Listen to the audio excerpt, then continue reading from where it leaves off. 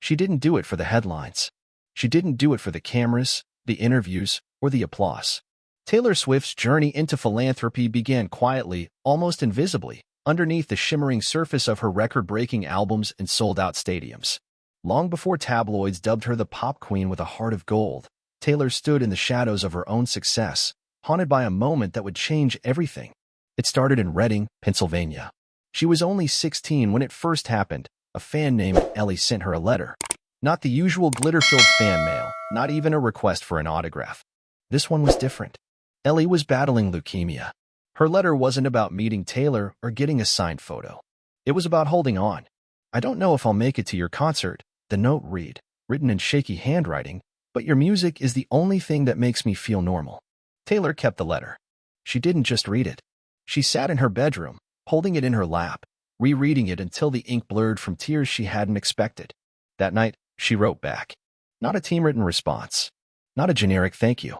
A real letter, in her own words, offering not just hope, but herself. And then she drove 3 hours to meet Ellie at the hospital. No cameras. No press. Just two girls in a pale hospital room, sharing stories, singing softly, and laughing about nothing. Ellie died 3 weeks later. Taylor attended the funeral in secret, wearing sunglasses and slipping in through a side door. That was the moment it began. Not a campaign, not a headline, but a vow whispered into a folded funeral program. If I can make them feel less alone, I will. For the next few years, Taylor's kindness stayed hidden. She covered hospital bills anonymously, donated to food banks under fake names, sent thousands to single moms without leaving a trace. Her accountant once warned her, "You're giving away more than you're reporting." She just smiled and said, "Good." But the quiet wouldn't last forever. In 2014, everything changed. A massive storm had torn through Tennessee, leaving thousands homeless. Taylor's team suggested a press statement, maybe a charity concert. Instead, she disappeared for a week. When she returned, reporters were waiting. She said nothing, but residents of a devastated neighborhood began telling stories. One woman swore Taylor showed up at her trailer, handed her an envelope, and stayed to help clear debris for hours. Others claimed she bought groceries for entire blocks. She paid off mortgages. She paid for funerals. She even bought a puppy for a boy who lost his dog in the storm. Rumors became noise, and eventually the media caught on. But she still refused interviews about it. "Why would I talk about helping someone?" she once told a journalist. "That's not helping them. That's helping me." That attitude infuriated her PR team. "You could turn this into a massive goodwill campaign," they told her. "We could get coverage on every network." Taylor shook her head. "Let the music speak. Let them feel seen. That's enough." But it wasn't. As her fame exploded, so did the need. Fans wrote in by the thousands. Letters, DMs, messages carved into desperation. A girl being bullied in middle school. A college student losing her scholarship. A veteran struggling with PTSD. And behind each one, a person who needed more than a concert. They needed a champion. Taylor created a private foundation, no name, no branding. Just a team of silent angels who scoured the internet for cries for help. And when they found someone truly in need, the support came quietly. Tuition paid, therapy covered, rent deposited without warning. No strings attached. No selfies. No tweets. But then came the moment that would pull everything into the light. In 2018, Taylor received a message from a mother named Carla, whose 8-year-old daughter Ava was battling a rare neurological disorder. They were being denied experimental treatment because they couldn't afford the trial fees. Taylor read the message at 2:37 a.m., and by 8 a.m., the $96,000 bill had vanished. Carla tried to thank her online. Taylor responded in the only way she knew how, with silence. But the internet wasn't quiet. The post went viral. News outlets dug deeper, and suddenly, stories began flooding in. Taylor's private gifts, once anonymous, were now out in the open. Her team panicked. But Taylor remained calm. "I didn't do it to hide. I just didn't want it to be about me." But it was. Because when the world saw the pattern, story after story of Taylor showing up when it mattered most, it shifted something. She wasn't just a celebrity. She was a lighthouse. Quiet. Steady. Blindingly real. Still, she wasn't done. Later that year, when a fan named Marcus, a high school senior, was forced to drop out to care for his siblings after his mom's death, Taylor flew him to her show in Chicago. Backstage, she hugged him, thanked him, and handed him a folder. Inside was a scholarship fund. For years, all paid, plus a check for groceries, rent, and a car. He broke down. She didn't. Because for Taylor, it was never about saving the world. It was about saving one world at a time. And so, the vow she made in that hospital room with Ellie had turned into something no one could ignore anymore. But not everyone approved. Behind the scenes, something darker was forming. A pushback. Not from the public, but from the very systems she was trying to help. Because when someone gives without asking for anything, it threatens those who profit from need. And soon, her quiet generosity would become the target of something far less kind. By 2019, Taylor Swift had given away more than some Fortune 500 CEOs. Quietly, discreetly, entire hometowns whispered her name like prayer. Still, she never mentioned it in an interview, never posted a receipt. And that bothered people, not the ones she helped, but the ones who wanted a piece of the story. Because there's power in publicity, and Taylor wasn't giving it to them. In the corridors of high-dollar nonprofits, a new tension brewed. Charity executives couldn't understand why their biggest checks were bouncing, until they found out Taylor had been paying direct. No fees, no overhead, just people helping people. And that, for some, was bad business. She's undermining the system, one board member said behind closed doors. This isn't how giving works.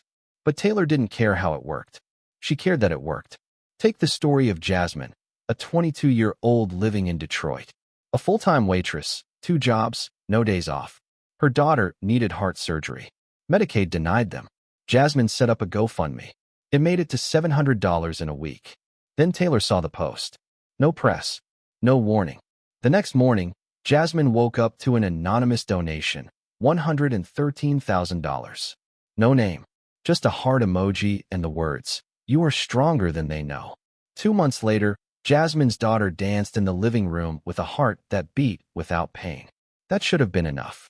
But it wasn't just Taylor's money that was drawing attention. It was how she gave it. No red tape. No conditions. No cameras. That was dangerous. In the fall of that same year, a journalist approached Taylor's team, requesting comment on her growing role as America's invisible benefactor. Taylor declined. Politely. Then firmly. The article ran anyway, listing a dozen anonymous donations, connecting digital dots, naming her the secret patron saint of the internet. It went viral. Suddenly, people expected her to speak up, to brand it, own it, monetize it. Instead, she vanished. No one saw her for nearly 6 weeks. Even her publicist went quiet. And just when rumors of a breakdown began to circulate, Taylor reappeared, this time in a burned-out elementary school in Louisiana. No lights, no makeup, just boots, jeans, and a hammer in her hand. She stayed for 9 days. She helped rebuild walls, carried buckets of concrete, sang lullabies to frightened kids who had lost everything to floods. Only one photo leaked, grainy, from a distance, showing Taylor kneeling beside a child in a mud-covered shirt, smiling with her whole face. That image didn't make the evening news. It made history, because the girl in the photo was Maya, a foster child who had never spoken a word until that day. She whispered, "Are you real?" Taylor only nodded. That was enough. But back in Los Angeles, not everyone was inspired. Major nonprofits started calling her out, accusing her of bypassing accountability. "Where's the transparency?" they asked. "How do we know the money is going where it should?" Taylor's response was private. To them, she sent a single letter. "You want receipts. I want results." The war was silent, but very real. Invitations to charity galas began to dry up. Some of her industry partnerships grew cold. A major sponsor threatened to pull from her tour unless she participated in a branded philanthropy campaign. She walked away. That cost her $15 million. But it bought her freedom. In early 2020, COVID hit. The world shut down. Fear spread faster than the virus. People lost jobs, homes, hope. And Taylor, already practiced in quiet giving, was ready. She launched what her team called the Midnight Network. It wasn't a public organization. It was a chain of encrypted volunteers, therapists, doctors, delivery drivers, and social workers, paid out of her own pocket. Their mission? One question: what do you need tonight? Groceries, rent, oxygen tanks, a bed, a laptop for school, a Zoom session with a grief counselor. It was all handled before sunrise. No thank yous required. It ran like a whisper through America's most broken nights. One mom called it a miracle hotline. Another called it a hand in the dark. By June 2020, more than 10,000 people had received aid through the Midnight Network. And no one outside her circle knew it existed. Except one man. His name was Andrew Hess. He was a freelance writer who had once been saved by the very network Taylor created. Homeless, recovering from addiction, he'd received a motel key, a prepaid phone, and a therapist's number. All signed, T. Grateful, he tried to write about it. He pitched the story to half a dozen outlets. But no one believed him. Not until he tracked down other T letters. One by one, the stories lined up. Real people, real rescues, real silence. So Andrew published the article himself. It exploded. Within a week, Taylor's Midnight Network was no longer a myth, it was a movement. CNN called. The White House called. Time magazine begged her for a cover story. Late-night hosts joked about it. Taylor Swift doesn't just write breakup songs, she rebuilds lives. Taylor said nothing. But her silence spoke volumes. Because the moment the world found out about the Midnight Network, it began to shrink. Donations flooded in. So did copycats. Suddenly, everyone wanted a piece of the magic. But the personal touch, the 2 a.m. responses, the handwritten cards, the invisible thread of compassion, it all started to fade. And Taylor knew it. So she shut it down. The website disappeared. The phone numbers disconnected. The volunteers were thanked and released. People were outraged, accused her of abandoning them. But they didn't know the truth. Because Taylor hadn't stopped giving. She had just gone deeper underground. In the summer of 2021, strange things started happening again. Rent paid in full. Medical bills erased. Scholarships delivered in anonymous packages. All with a new signature. The Archer. At first, people thought it was a coincidence. Or a PR stunt. But those who knew her music, they recognized the name. The Archer, a track about vulnerability, loyalty, and hitting targets no one else sees. And suddenly, the question shifted. Taylor Swift wasn't just helping people.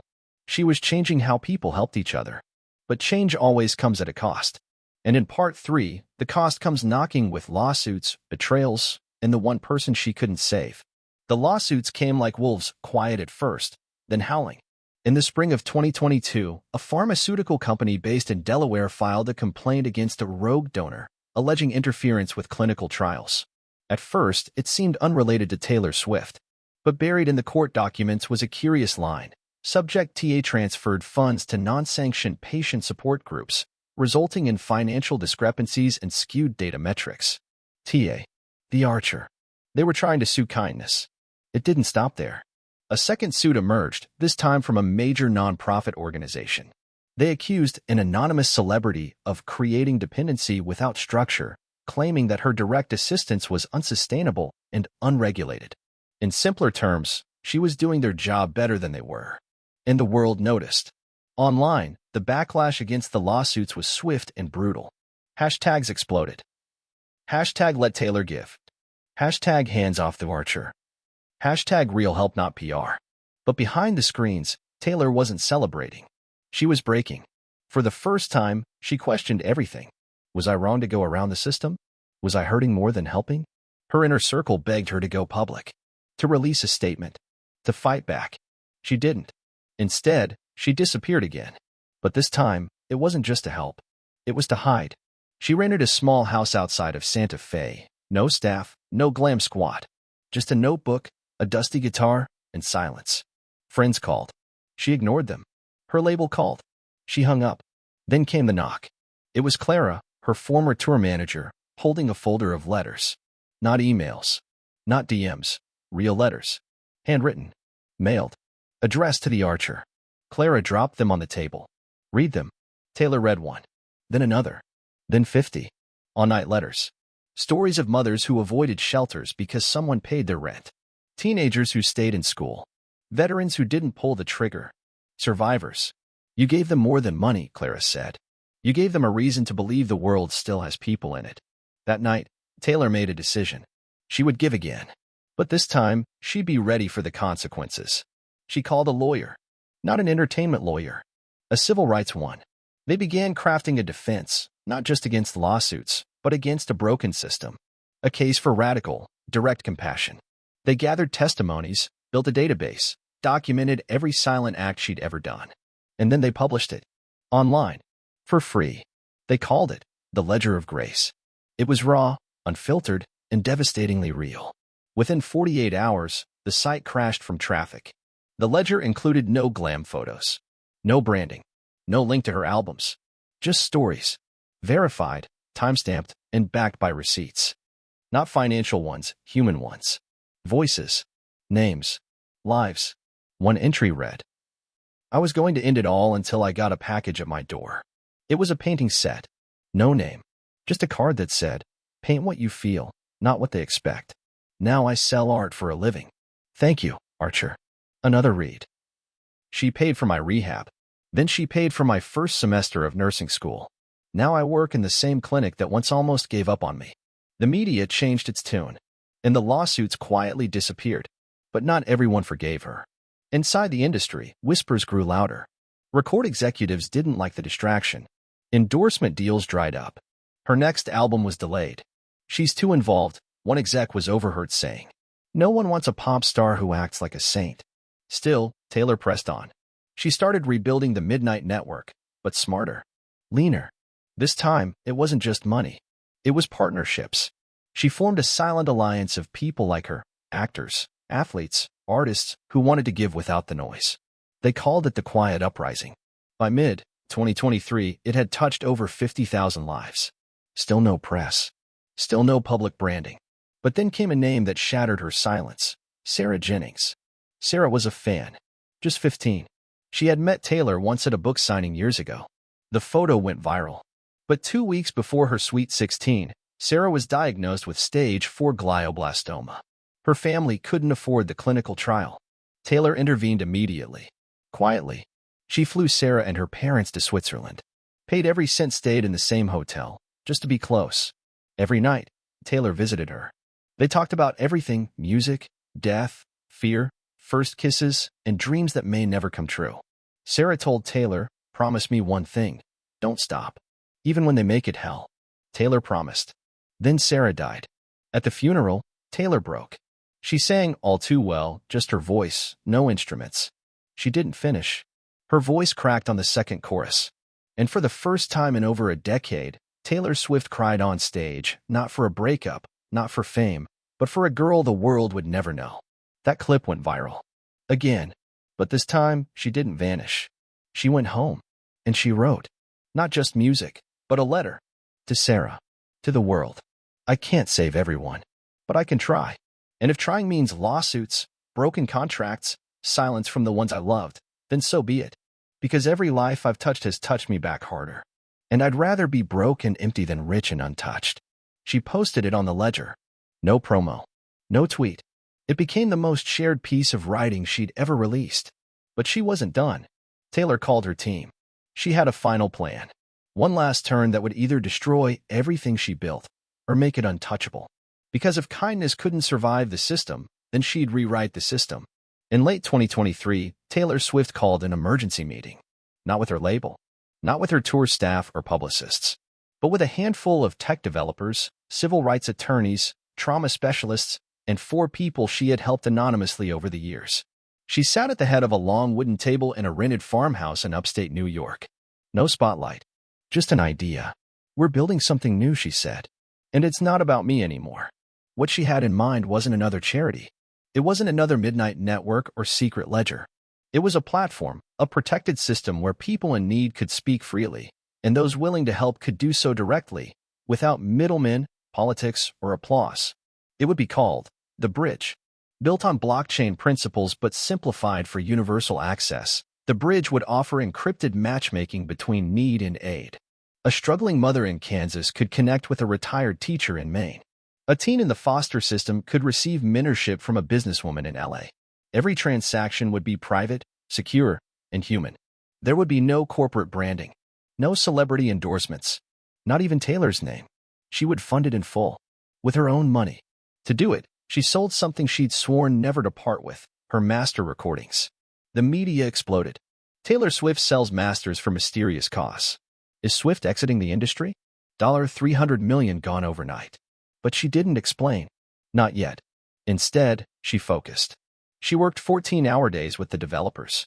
She met with trauma psychologists to ensure the interface wouldn't re-trigger survivors. She demanded the platform work on slow phones and poor internet. She flew to third-world villages just to test it. And then she launched it. Quietly. No fanfare. No commercials. One link. One mission. Let's stop waiting for someone else to fix it. Within the first month, the bridge processed over 200,000 requests. Not just for money, but for time, support, mentorship, connection. An army of silent givers responded. A retired nurse in Michigan bought a year of insulin for a single dad in Georgia. A teenage gamer in Norway paid off the textbooks of a med student in Ghana. A group of former foster kids formed a reading circle for incarcerated teens. No one got famous for it. No one needed to. Then, during an awards show Taylor had skipped, the host made a joke at her expense. She used to sing breakup songs. Now she's playing God. But the audience didn't laugh. Because they knew. By then, word had spread. The bridge wasn't just helping, it was healing. Not just individuals, but the broken idea of what it meant to care. Taylor still stayed silent. But her silence became sacred, revered. And then, unexpectedly, someone else broke it. A girl named Brielle, 10 years old, posted a video on her mom's account. It was simple. She held up a hand-drawn picture of Taylor with angel wings and said, "Thank you for helping my mom sleep without crying." The video reached 37 million views in 3 days. Taylor responded, not with a press release, but with a song. She dropped it on a Tuesday. No announcement. No label. Just a single file titled, Unwritten. It opened with one line. "You won't see it in the headlines, but I watched you breathe again." The world froze. Critics wept. Fans wrote letters. Philanthropists started re-evaluating their own giving. But that song wasn't the end. In January 2024, Taylor gave her first public speech in over 2 years at a community center in Chicago, not a stadium. Standing before a room of people she'd helped but never met, she finally said what she'd been holding in for years. "I used to think music was my greatest gift. I don't anymore. I think it was my access, my reach, my ability to see and be seen. And I wasted a lot of years waiting for someone to fix things that were already in my hands." She paused.